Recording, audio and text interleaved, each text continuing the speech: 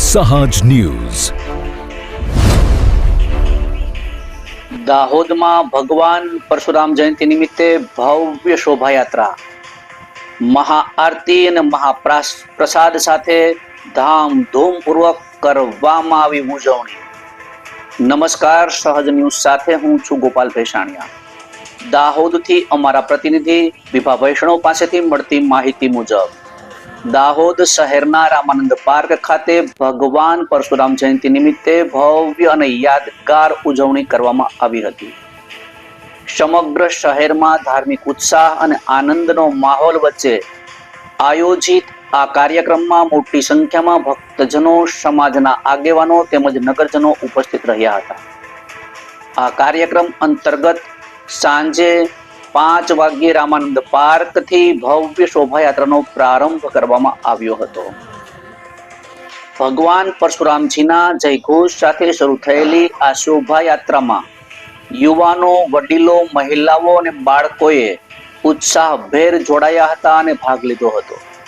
આ યાત્રામાં જોડાયેલા ભક્તજનો પરંપરાગત વેશભૂષામાં સજ્જ થઈને આવ્યા હતા, જેમના કારણે સમગ્ર માહોલ આધ્યાત્મિક અને સાંસ્કૃતિક રંગે રંગાઈ ગયો હતો.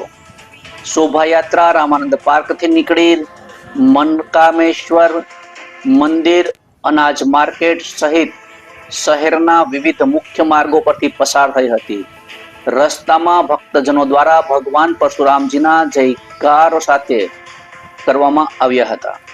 ઢોલ, નગારા, ડીજે અને ભક્તિમય વાતાવરણના તાલે યુવાનોમાં વિશેષ ઉત્સાહ જોવા મળ્યો અને અનેક સ્થળોએ લોકોએ શોભાયાત્રાનું સ્વાગત કર્યું હતું. શોભાયાત્રાના માર્ગ દરમિયાન નગરજનો અને સેવાભાવી દાતાશ્રીઓ દ્વારા ઠંડુ પાણી સહિતની સુંદર વ્યવસ્થા કરવામાં આવી હતી. ગરમીના માહોલમાં ભક્તજનો માટે આપવામાં આવેલી આ સેવા સૌના આકર્ષણનું કેન્દ્ર બની હતી. શોભાયાત્રા પુનઃ રામાનંદ પાર્ક ખાતે પહોંચી ત્યારબાદ ભગવાન પરશુરામની મહાઆરતીનું આયોજન કરવામાં આવ્યું હતું. મોટી સંખ્યામાં ભક્તજનોએ ભક્તિભાવથી આરતીમાં જોડાયા, ધન્યતા અનુભવી અને આ સમગ્ર પાર્ક પરિસર ભક્તિમય વાતાવરણથી ગુંજ્યું હતું. અંતે ભંડારા મહાપ્રસાદનું આયોજન કરવામાં આવ્યું હતું, જેમાં ઉપસ્થિત તમામ ભક્તજનો અને નગરજનોએ પ્રસાદ ગ્રહણ કર્યો હતો.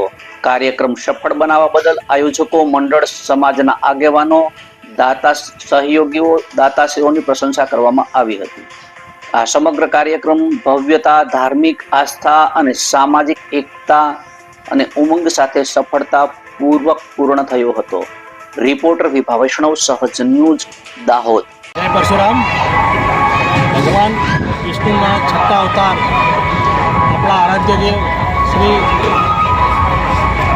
પરશુરામ ભગવાનને આજે પ્રાગટ્ય દિવસ હોવાથી મોટી સંખ્યામાં સર્વ ભુજો પધાર્યા છે અને રામાનંદ પાર્ક પરિવાર તથા મહારાજ શ્રી ભરતદાસજી મહારાજનો આની અંદર ખૂબ ખૂબ સાથ સહકાર રહ્યો છે. તે વખતે સર્વ ભુજો વતી હું એમનો ખૂબ ખૂબ આભાર માનું છું. જય પરશુરામ.